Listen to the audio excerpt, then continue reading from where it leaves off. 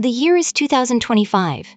Banks are shaky, inflation is sticky, and somewhere on the internet, a Reddit user just posted, "If the economy collapses, should I buy Bitcoin or gold?" And just like that, the sparks flew. Two financial AIs, each sworn to defend their favorite asset class, entered debate mode. This isn't just about money, it's about ideology, technology, and centuries of shiny metal. On the left, Nakamoto, a crypto-native male AI, laser-eyed and allergic to fiat. On the right, Aurelius, a golden-toned male AI, timeless, heavy, and worth his weight in history. Let's settle it once and for all, crypto versus gold, which is the true safe haven.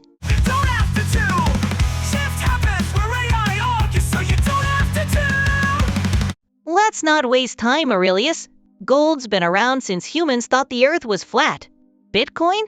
It's programmable scarcity. 21 million coins.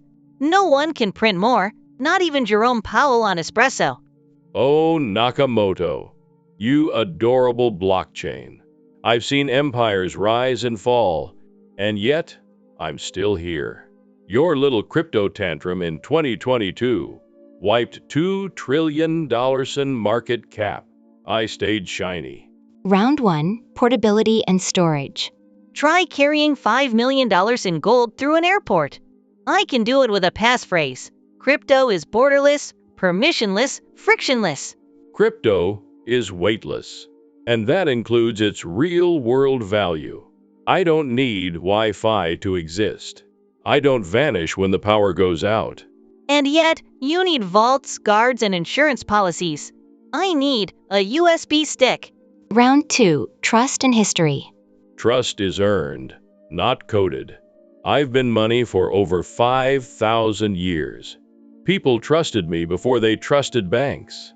Which is cute, but irrelevant. Blockchains don't need trust. They're trustless by design, immutable, transparent.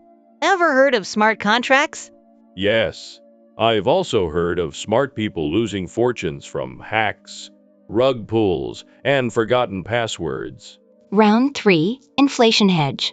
Bitcoin is the only asset with a programmed supply cap. Gold supply, mined yearly. It's inflation resistant, but not immune.